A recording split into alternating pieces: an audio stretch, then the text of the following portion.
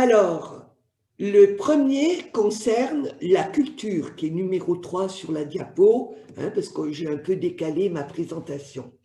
Le premier critère, le premier principe didactique fondamental concerne donc la culture. Alors, plutôt que de réserver une page traditionnelle, somme toute artificielle dans la méthode, et d'ailleurs, très rarement on a le temps d'exploiter cette page faute de temps, nous avons opté d'unir très étroitement langue et culture dans les supports et également dans les activités. Ce qui fait que l'approche socio-culturelle francophone et interculturelle, elle est disséminée tout au long du livre, mais partout présente en situation. Et ça, c'est un aspect extrêmement important. Le second principe clé de notre méthode concerne l'adaptabilité. Une bonne méthode repose sur un paradoxe méthodologique. Il faut qu'elle soit à la fois extrêmement structurée, mais en même temps offrant des possibilités d'adaptation, parce que si c'est trop, s'il n'y a pas ce critère, on fait une méthode pour qui? Pas pour les apprenants en général. Donc, vous pouvez suivre la méthode pas à pas, du cours après cours, étape après étape, mais vous pouvez l'adapter d'abord en fonction des contextes et cultures d'enseignement, du volume horaire réservé à votre formation et également du niveau des apprenants. Donc, vous pouvez naviguer dans les étapes, dans les cours, parce que tout dépend du niveau, bien sûr, mais tout dépend également de la langue d'origine des apprenants. On n'enseigne pas au même rythme avec des langues romanes qu'avec des langues éloignées, langue culture éloignées de la culture française. Il est également possible, deuxième atout, d'être adapté à la pédagogie inversée, à la pédagogie différenciée, hein, qui est extrêmement importante vue à l'heure actuelle. Pourquoi? Parce que de plus en plus, on a des classes hétérogènes et on peut donc travailler avec la méthode entre variation et différenciation selon les cas et selon les besoins. Mais il est aussi et surtout, vu le contexte actuel, d'adapter la méthode à la classe virtuelle, avec la version numérique de la méthode, d'une aisance incroyable, même moi qui ne suis pas très bonne en technologie et qui m'angoisse, c'est vraiment d'une utilisation très simple. Vous aurez une démonstration par la suite. Et donc, vous pouvez faire à distance votre cours sans avoir de panique ou de problèmes techniques insurmontables à gérer. Mais ça n'exclut pas de l'utiliser de manière mixte, c'est-à-dire en présentiel et à distance, ou simplement avec le livre uniquement dans la classe ou à distance. À vous de choisir. Alors, le dernier atout que je voudrais souligner, eh bien, c'est que c'est une méthode prête à l'emploi, et c'est bien une centration sur l'enseignant. Tout en un, il y a tout, qui va vraiment simplifier votre vie d'enseignant et aussi dynamiser vos pratiques de classe. En conclusion, je voudrais vous dire que nous avons eu un retour très positif de classes pilotes qui ont testé notre méthode et qui attendent de pied ferme le niveau de A2. Alors, je pense que testez-la, vous verrez, vous l'adopterez. Et là, j'en suis sûre. Je m'arrête là, je passe la parole. Je m'arrête là parce qu'il y aurait beaucoup d'autres choses à dire, mais je vous remercie pour votre attention et je passe le relais à Céline qui va vous présenter le fonctionnement général. Bonjour à tous. Merci Sylvie, merci Isabelle pour voilà, l'explication, la présentation de cette méthode, le pourquoi et le comment. Maintenant, nous poursuivons le voyage. Donc, du macro, on continue à aller vers un peu plus de micro. Parlons du fonctionnement de cette méthode et de sa structure. Donc, c'est ce que vous voyez d'ailleurs autour de ma tête. Ce n'est pas sorti de ma tête. D'accord, j'aimerais bien vous dire ça, mais ce n'est pas vrai, c'est un énorme travail collectif. Alors, le fonctionnement de cette méthode. Donc, vous avez un livre papier classique, livre papier, qui s'accompagne aussi d'un livret numérique pour la classe et d'une application. Le livret papier est composé de 15 étapes avec des thématiques différentes qui sont elles-mêmes déclinées en sous-étapes. On va montrer un peu plus dans le détail. On peut faire ça maintenant aussi. On peut faire ça maintenant. Alors, reviens quand même sur Antoine. C'est Antoine qui gère notre présentation. Ensuite, on va rentrer dans les méthodes aussi. Hein. On va aller vers vraiment du particulier. N'hésite pas à me dire, Céline, hein, quand je passe à l'autre. Je n'hésite pas. Je te remercie. Alors, 15 étapes. Une étape, c'est 3 cours, donc 45 cours. Au terme de 5 étapes, vous avez une évaluation.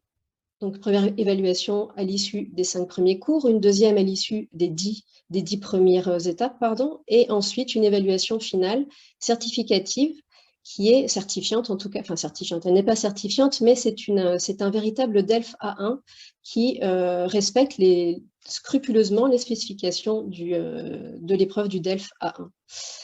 En fin de l'ouvrage, vous allez trouver un précis grammatical, un précis phonétique, un tableau de conjugaison, ainsi que des corrigés. En tout, si on fait la somme du volume d'activités contenu dans le livre et du volume d'activités contenu dans l'application, on arrive à peu près à 300 activités et exercices. On est à 111 audios et à chaque étape apparaît également un petit bonus vidéo dont on va vous parler un peu plus loin. Voilà, je suis prête à passer à la diapo suivante, s'il te plaît. Donc, ce que je vous disais, voilà, vous avez donc 15 étapes. Les 5 premières étapes débouchent sur un premier bilan, donc qui fera la synthèse du contenu linguistique, les outils grammaticaux, les actes de parole, les outils communicatifs, le lexique contenu dans les 5 premières étapes.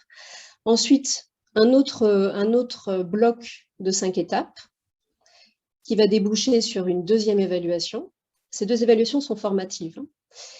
Et enfin, un troisième bloc de 5 étapes qui va déboucher donc sur cette fameuse préparation réelle au DELF A1.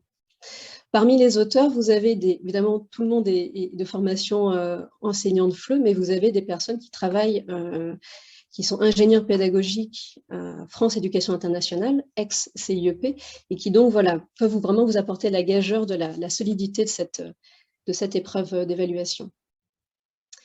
Dans les annexes, comme je vous le disais, un précis grammatical, un précis phonétique, un tableau de conjugaison, ainsi que des corrigés. Et vous avez aussi donc des cartes, une carte de la francophonie et une carte de France avec les nouvelles régions qui sont effectivement présentes dans l'ouvrage. Alors, rentrons dans une étape. Une étape démarre par... donc voilà, c'est une thématique, on va faire connaissance. Là, on va vraiment rentrer dans la première étape de l'ouvrage. Donc, 3 cours, avec un titre qui donne déjà un avant-goût du contenu, un bilan de l'étape qui sera sur la dernière page du cours 3, et donc une vidéo, la vidéo bonus. Antoine, est-ce que tu pourrais revenir sur l'autre PPT avec la présentation synthétique? Voilà, exactement. Donc, une étape est composée donc, de 3 cours. Donc ça, voilà, c'est quelque chose que je vous ai déjà dit. Un cours, qu'est-ce que c'est? Un cours, c'est toujours une première double page orale, une deuxième double page écrite. Les cours 1 et 2 sont composés de cette façon-là. Le cours 3 est un tout petit peu différent puisque la première page du cours 3, c'est une double page orale, comme les 2 autres, une page d'écrit et une page de bilan. Donc, à l'issue de chaque étape, vous avez déjà un premier bilan qui fait la synthèse de tous les outils abordés au cours de ces 3 cours. Voilà. Le contenu global de l'ouvrage, voilà, peut s'étalonner entre 60 à 120 heures d'enseignement. Tout dépendrait de vos conditions d'enseignement, de votre contexte, du niveau de vos apprenants, de la pédagogie adoptée, voilà, etc. Mais donc, si vous êtes sur un cours intensif ou extensif, voilà, elle est vraiment aussi, elle s'adapte et elle peut couvrir un court volume horaire comme un volume horaire important. Alors, je suis prête à aller, à rentrer vraiment dans le... Voilà, donc là, nous sommes sur une démo qui d'ailleurs est accessible sur le site des PUG. Vous pouvez tous avoir accès à cette démo. Nous allons rentrer dans l'ouvrage papier, puisqu'elle est copie conforme à l'ouvrage papier. Comment est composé un cours? Donc là, on est sur le premier cours, dominante orale. Tous les cours vont démarrer par un visuel socioculturel qui va déjà ancrer, donc là, évidemment, la thématique, mais qui va ancrer le comment ça se passe en France ou le comment ça se passe un peu en francophonie. Dans cet ouvrage, il était important pour nous aussi vraiment d'inclure la culture vraiment à chaque étape. Il n'y a pas de page indépendante dédiée à la culture est partout et on part de la culture pour faire du français aussi. Donc, on a ces visuels déclencheurs pour commencer aussi à créer une dynamique de groupe. On introduit une thématique, on mobilise des connaissances et on aborde donc ces aspects socioculturels. Ensuite, on passe donc dans ces doubles pages orales à un support audio, à partir duquel, évidemment, on va poser tout un tas de questionnements donc de compréhension globale, et puis de plus en plus finement de compréhension détaillée, voire déboucher parfois sur déjà une amorce de conceptualisation, puisque cette activité d'écoute, de compréhension globale et détaillée va déboucher sur des encadrés d'outils linguistiques, donc des encadrés communicatifs, comme Antoine vous le montre là, des encadrés grammaire, autres communicatifs, des encadrés lexicaux, etc. Reviens en arrière, merci. La méthode, vous pouvez l'aborder de manière très linéaire, c'est-à-dire vous suivez vraiment le déroulé, vous avez le visuel socioculturel qui peut être des photos, des affiches, des programmes, des plans, le support audio ou écrit, les activités de compréhension, les encadrés, les activités de systématisation ou de réemploi. D'ailleurs, dans l'encadré, si tu peux montrer, Antoine, encadré grammaire, par exemple, ou communication, peu importe, voilà, on donne les outils, mais on invite déjà les apprenants à manipuler un petit peu ces outils, donc voilà, à rentrer un peu dans une forme de confiance avant d'aborder une activité qui sera évidemment une activité de systématisation, puis de réemploi. Voilà. Une double page est aussi une double page orientée sur l'écrit ou sur l'oral, est aussi une double page qui est complète, c'est-à-dire qu'on peut observer une diagonale entre l'activité 1 et l'activité 6. On part de la découverte à la mobilisation de ce qui aura été abordé par une activité de production. Donc, à l'issue du premier cours, ce sera une production orale. À l'issue de la deuxième double page, ce sera une production écrite.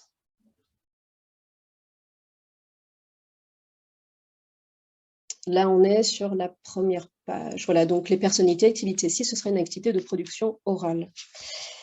Ce que vous disiez, Isabelle, c'est qu'évidemment, alors, en tout cas, nous espérons qu'avec cette présentation un peu de la structure, vous prenez vraiment conscience de la clarté de la structure, de la cohérence de la structure, de sa solidité, mais pas forcément de sa rigidité. Libre à l'enseignant, libre à vous d'utiliser vos propres supports, de venir piocher des encadrés, de venir piocher des activités, de venir piocher la production, mais de ne pas rester figé dans la structure qu'on vous propose, mais de vous sentir sécurisé en tout cas et de vous sentir en confiance par rapport à la structure qui vous est proposée.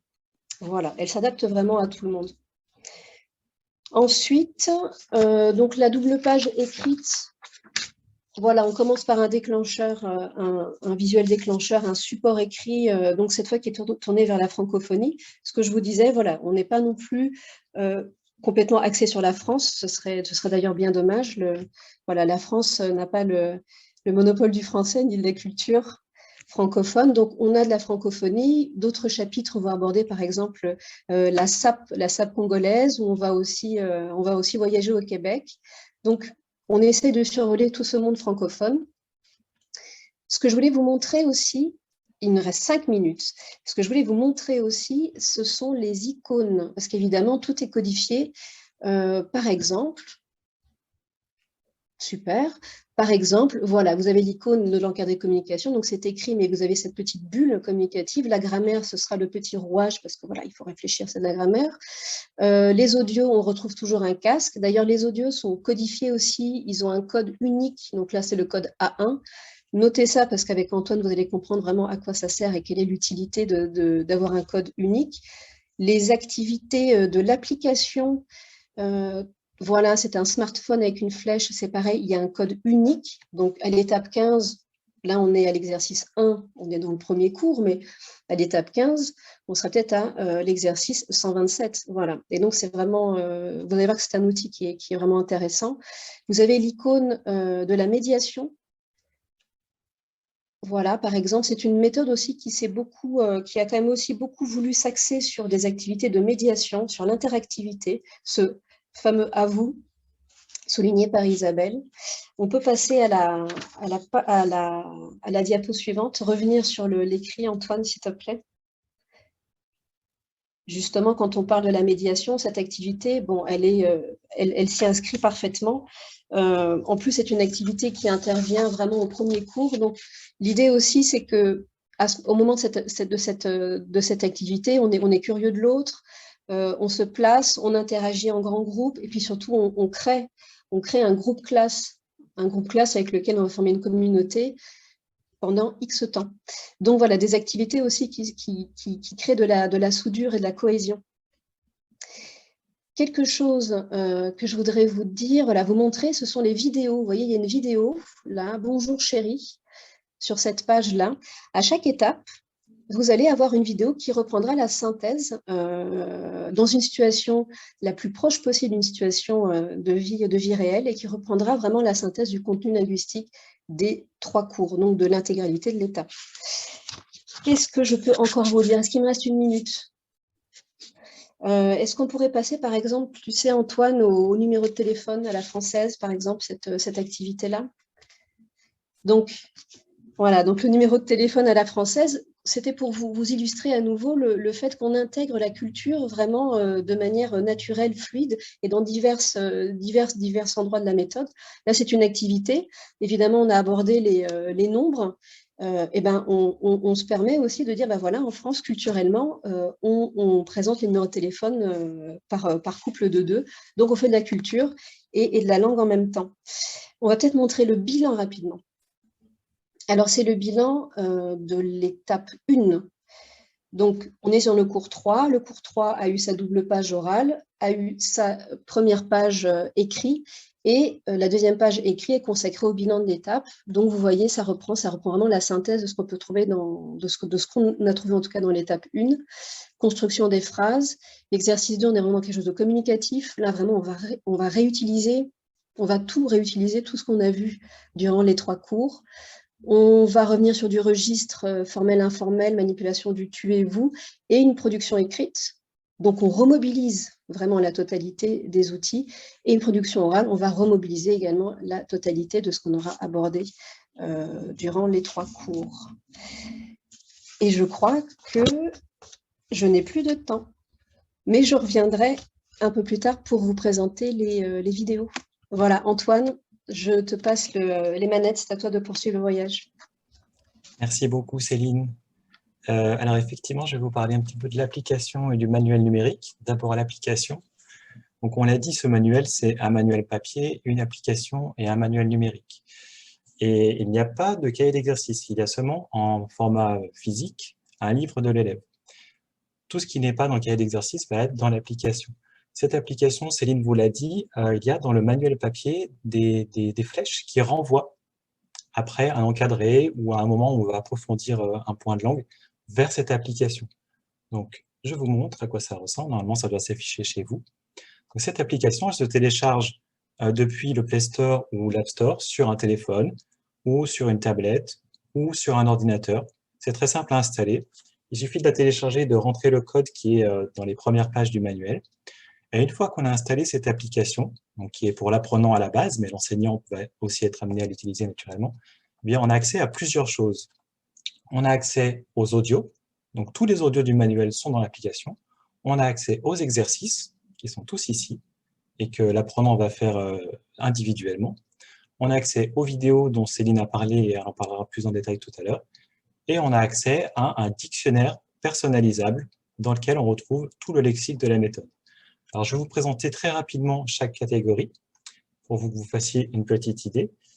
Un détail important, cette application elle est aussi accessible hors ligne. Donc, si vous êtes peut-être dans un contexte où la connexion Internet est un peu compliquée, on peut quand même continuer à utiliser l'application une fois qu'on l'a téléchargée. Alors, je vous montre les audios. Je vais juste, excusez-moi, mettre mes notes sur l'autre page. Voilà.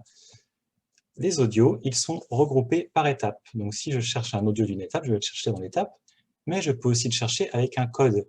Céline vous a dit qu'il y avait un code, et les codes nous permettent de retrouver très rapidement les audios ou les exercices. Donc, par exemple, je cherche l'audio 89, hop, j'arrive directement sur la page de l'audio 89 avec sa transcription. Donc, alors, je lance l'écoute, je ne sais pas si vous allez l'entendre. Bonjour, entrez et asseyez-vous. Bonjour docteur. Oui, ça va, vous l'entendez. Donc voilà, donc l'apprenant peut écouter autant de fois qu'il le veut. Il a la transcription sous les yeux, donc il voit que Monsieur Ramon va chez le docteur. Avoir cet audio sur l'application, eh ben c'est un changement de paradigme parce que ça change beaucoup de choses. En fait, on peut travailler avec l'audio de manière classique, c'est-à-dire que si vous êtes enseignant, vous pouvez le diffuser à vos apprenants dans la classe et on l'écoute tous, et ensuite on fait l'activité de CO. Ou vous pouvez demander à chaque apprenant de l'écouter individuellement avec des écouteurs, si c'est en classe, ou sur son ordinateur si c'est à distance. Donc chacun écoute à son rythme, autant de fois qu'il le souhaite.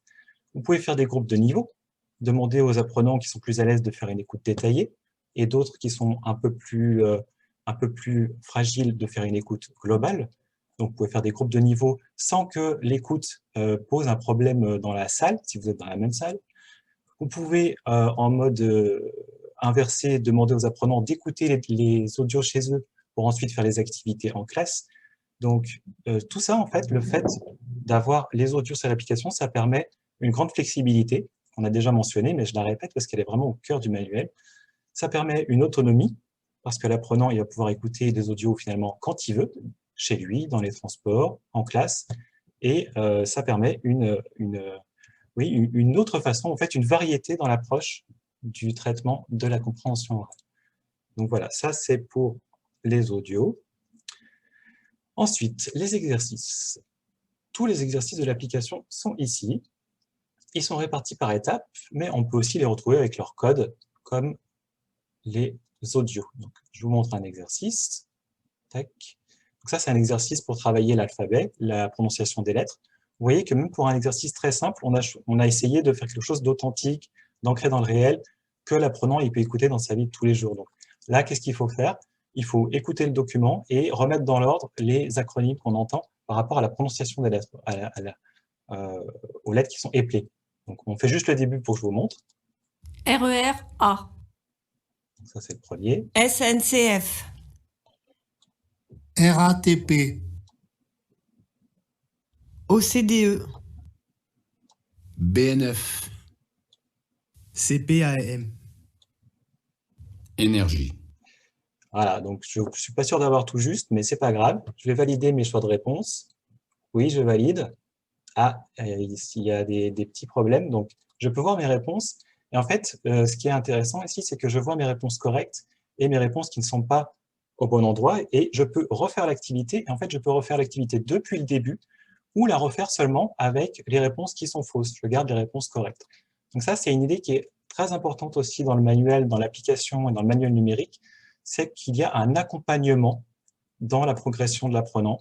On ne repart pas depuis zéro à chaque fois et on ne donne pas toutes les réponses d'un coup non plus. on essaye d'être progressif, d'évoluer au rythme de l'apprenant. Et ça, on le retrouve avec les petits voyants à côté de chaque exercice. Vous voyez, ça, ce sont les exercices de l'étape 1. Une fois que l'exercice est terminé, il a un voyant vert. Si l'exercice est en cours, il a un voyant orange, et s'il n'a pas été encore fait, il a un voyant gris. Et en fait, dans l'idéal, il faut que tous les voyants soient au vert pour que l'apprenant valide le contenu de l'étape 1 et passe à l'étape suivante. Et ça, pour vous, si vous êtes enseignant, c'est très intéressant parce qu'en un seul coup d'œil, vous pouvez voir si votre apprenant il a fait ses exercices ou pas, où est-ce qu'il en est dans sa progression. Donc ça donne un retour visuel pour l'apprenant et pour l'enseignant. C'est très pratique, c'est très fonctionnel et très simple à utiliser. Voilà pour les exercices. Troisième chose, ça va être le lexique. Donc le lexique, il regroupe tous les mots qu'on peut retrouver dans les encadrés lexiques du manuel à travers les 15 étapes. Il y a un classement alphabétique, donc là on a tous les mots qui commencent par A, ou un classement par étape. Et le classement par étape, comme chaque étape correspond à une thématique, la santé, les études, les vacances, etc., eh bien, on va retrouver le vocabulaire propre à cette thématique. Donc c'est une autre façon de ranger son vocabulaire. Je repasse en alphabétique. Ce lexique, il est personnalisable. De quelle manière? Eh bien, par exemple, au revoir, je vais mettre la traduction du mot au revoir dans ma langue première, ou dans une autre langue que je maîtrise pour pouvoir le mémoriser. Donc, par exemple, si je suis hispanophone, je peux mettre adios, ou je peux mettre bye. Voilà. Et ensuite, il y aura cette traduction que j'aurai écrite moi-même, qui apparaît dans l'application. Donc, en fait, je vais construire ma connaissance lexicale de la langue en m'appropriant cet outil. C'est-à-dire que je vais vraiment le faire mien, je vais me l'approprier.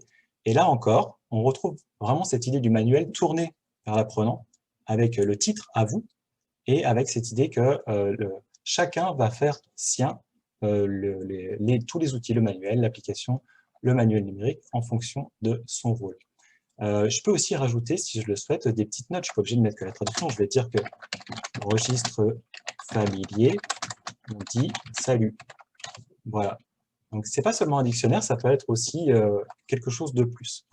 Et une fois que j'ai compilé comme ça mes notes comme ça, je peux faire une recherche avec les notes que j'ai moi-même écrites. Donc, je me souviens que j'ai écrit adios, mais je ne sais plus comment on le dit en français. Je vais chercher adios dans la recherche en haut. Voilà, je retrouve le mot au revoir et je retrouve les notes que j'ai écrites par rapport à ce mot. Donc, vous voyez, cet outil permet beaucoup de choses et il a été très apprécié dans les classes pilotes dans lesquelles on a diffusé la méthode. Voilà, pour l'application, il reste les vidéos, mais je ne vais pas m'y attarder dessus parce que Céline vous en parlera en détail tout à l'heure. Je vais passer directement au manuel numérique. Hop, donc, je vais reprendre ce que Céline vous a présenté, mais je vais vous présenter ce qu'on peut faire de manière plus détaillée en interagissant avec chaque élément. Parce qu'en fait, ce manuel numérique, comme Céline l'a dit, c'est comme le manuel papier, sauf que c'est une version pour ordinateur, donc c'est pour l'enseignant naturellement, il peut le télécharger. Ça, c'est la version démo que vous pouvez télécharger sur le site des PUG. Mais ensuite, une fois que vous avez adapté la méthode dans votre centre, vous avez accès à toutes les étapes. Donc là, il y a seulement l'étape 1. Et en fait, c'est exactement comme le manuel papier, sauf qu'on peut interagir avec n'importe quel élément. Donc si c'est le visuel déclencheur, on peut le mettre en gros plan comme ça. Si c'est une consigne, on peut faire un focus sur la consigne. Et s'il y a un audio avec cette consigne, on peut lancer l'audio. Bonjour madame. Voilà, tout en affichant la transcription, qu'on peut déplacer en fonction de l'espace qu'on veut utiliser. Si c'est une activité, on peut faire l'activité directement en écoutant les audios. Donc par exemple, bonjour madame. On a une activité d'association, je vais l'associer, ça va être ça. Bonjour. On n'entend pas celui-ci. Salut. Salut, voilà. Bonsoir. Voilà, ok, je vérifie. Ah, non, il n'y a qu'une seule réponse qui est correcte, donc je peux le refaire. Ce que je peux faire ici, ce qui est intéressant, qui rejoint cette idée de progressivité, c'est que je peux afficher pour mes apprenants la première réponse, comme un encouragement, comme une amorce. C'est l'idée de se lancer, allez-y, voici la première réponse, quelles sont les autres réponses possibles. Donc vous voyez ici qu'il y a à la fois la consigne, l'activité, l'audio et le corrigé. qui, normalement, sont des choses qui peuvent être séparées. Ici, tout est rassemblé à un seul et même endroit. Donc, ça veut dire que pour vous, en tant qu'enseignant, eh bien, c'est un allègement significatif de la charge mentale parce que vous avez juste à vous dire, j'ai mon manuel numérique et dans ce manuel numérique, il y aura tout, ou presque tout, parce que la seule chose qu'il n'y a pas, c'est les exercices, mais on les retrouve dans l'application qu'on peut installer sur l'ordinateur et sur laquelle on peut facilement basculer, comme je le fais là. Vous voyez, c'est un simple clic et j'arrive directement sur les exercices. Mais sinon, pour tout le reste, on le retrouve dans le manuel. Alors, qu'est-ce qu'on peut faire d'autre avec ce manuel numérique? Eh bien, on a une boîte à outils qui va nous permettre de faire plein de choses sur les documents qu'on affiche. Donc là, par exemple, j'affiche les visuels déclencheurs. J'ai envie que l'apprenant me dise « Tiens, comment est-ce qu'on dit bonjour dans cette situation ?» Voilà. Donc, j'indique bien ce que je veux et dans quel contexte doit s'inscrire la salutation. Je peux masquer ou montrer des éléments en particulier. Quelle est la relation entre ces deux personnes? Vous voyez la différence? Je peux écrire des choses, je peux... ouais, voilà. Je vais vous montrer avec un autre encadré. Hop, l'encadré communication, par exemple, ici dans la partie à vous. Bonjour, je m'appelle. Eh ben, si je veux montrer à mes apprenants comment on fait l'activité, je peux écrire moi-même mon prénom. Je vais écrire Antoine. Bien sûr, c'est très mal écrit parce que je le fais rapidement et avec la main levée, mais on peut aussi l'écrire typographiquement. Hop.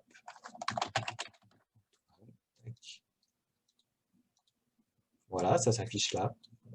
Donc, je personnalise l'encadré, en fait, directement en l'affichant. Qu'est-ce que je peux faire d'autre? Oui, donc ça, c'est bon. Oui, on peut enrichir un document avec des liens ou des post-it.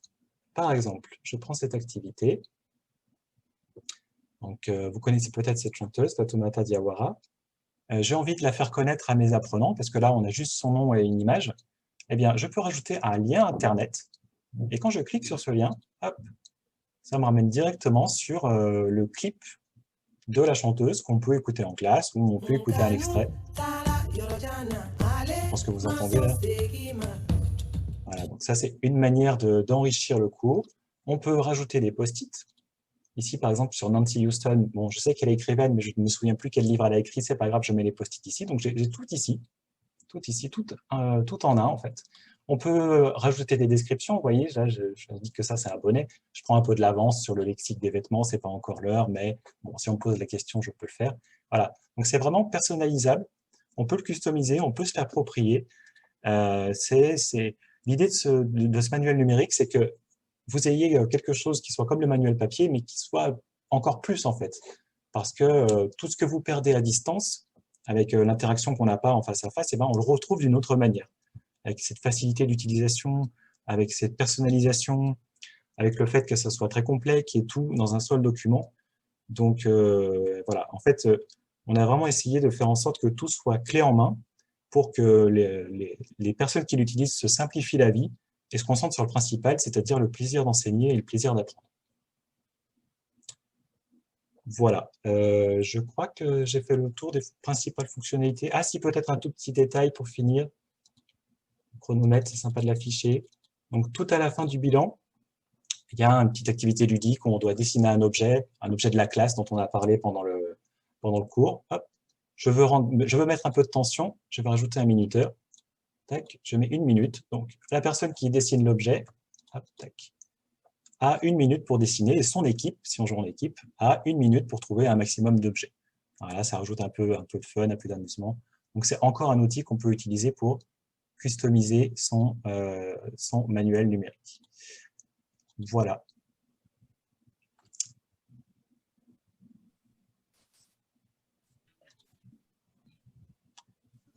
Est-ce que c'est bon, Céline? Est-ce que j'ai bien... Oui, on a fait le tour des principales choses. On passe aux vidéos.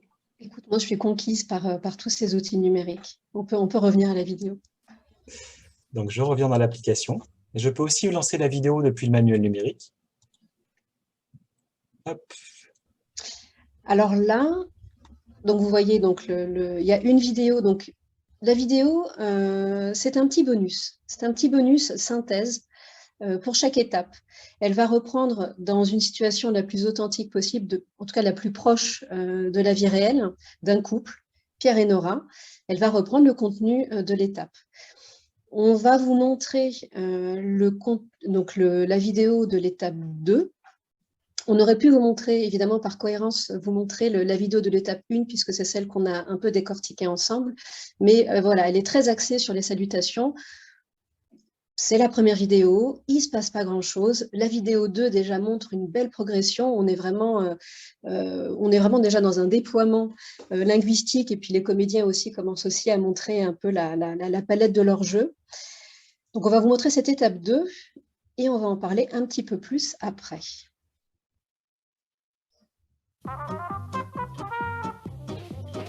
Est-ce qu'on peut mettre Nora, grand écran?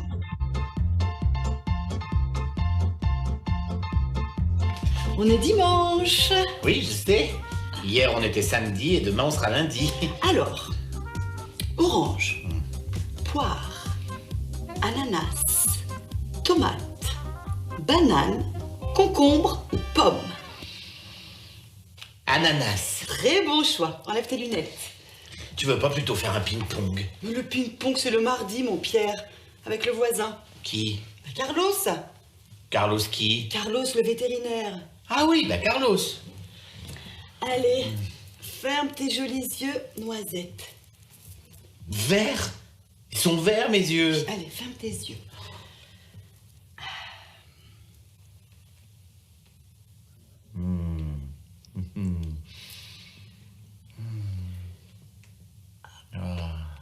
Ils sont grosses, ces tranches. Hein. Chut, chut, chut, chut, chut. Ah, c'est la voisine. Qui? Karina. Oh, mince. Karina Et qui? Karina, ma collègue avec les cheveux longs et blonds. Mais si, la Suédoise, son mari est épicier, j'arrive. Oui, bah Karina.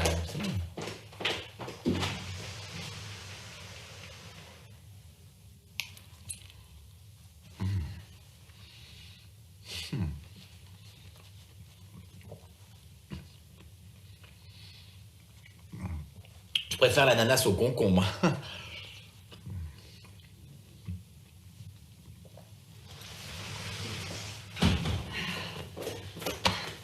Bon, elle voulait juste discuter comme d'habitude. Mais Pierre, tu as tout mangé? J'adore l'ananas. Eh bien, ce sera concombre. Non, j'aime pas trop le concombre. Tant pis, ferme tes yeux. Ah. Chut.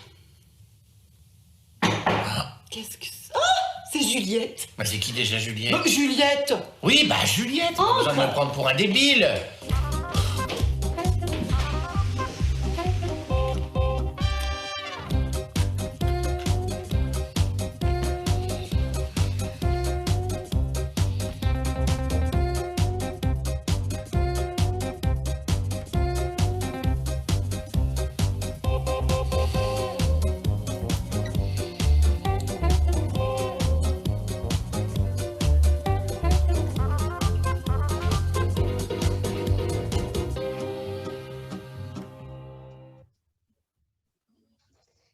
Alors voilà, c'est la vidéo de l'étape 2. Donc une vidéo bonus, une vidéo qu'on peut regarder voilà, sous l'angle de la détente. On a bien travaillé, on a fini cette étape, faisons-nous plaisir, regardons cette vidéo. Mais à l'écoute et au visionnage de cette vidéo, vous vous rendez compte vraiment de tout le contenu, de la richesse de ce contenu. Donc on peut détricoter le contenu de chaque cours, les jours de la semaine, les fruits, j'aime, j'aime pas, j'adore, je préfère, les activités de loisirs, la description physique, les couleurs, l'impératif. Donc, on est aussi libre, le livre est très structuré, on peut le suivre de manière linéaire, on peut aussi très bien se sentir à l'aise, avoir un groupe classe qui va complètement adhérer à cette façon de faire et dire on va partir de la vidéo, et à partir de la vidéo, on va aborder tous ces aspects linguistiques, grammaticaux. On a aussi cette liberté-là. On peut la visionner sans le son, avec les transcriptions, sans les transcriptions. On peut aussi l'utiliser complètement différemment, cette vidéo. On peut très bien s'appuyer dessus pour lancer une discussion en classe. On peut très bien aussi demander aux apprenants d'en faire un résumé, de travailler la description physique des comédiens, enfin, en tout cas de Pierre et Nora. Voilà, il y a vraiment, on insiste vraiment là-dessus, une structure sécurisante, une structure complète et en même temps une grande souplesse au gré des souhaits enfin, en tout cas de votre façon d'enseigner et de votre envie aussi d'utiliser cet objet et d'accompagner vos apprenants vraiment dans ce voyage de l'apprentissage. Est-ce que j'ai tout dit? Antoine, Isabelle, est-ce qu'il y a des choses à... Alors, cette vidéo, juste, par exemple, je sais que l'idée a été lancée de peut-être l'utiliser au cours d'un atelier, ce n'est pas l'objet ici, mais de l'utiliser au cours d'un atelier, de voir justement un petit peu comment on pourrait l'utiliser en classe. Voilà.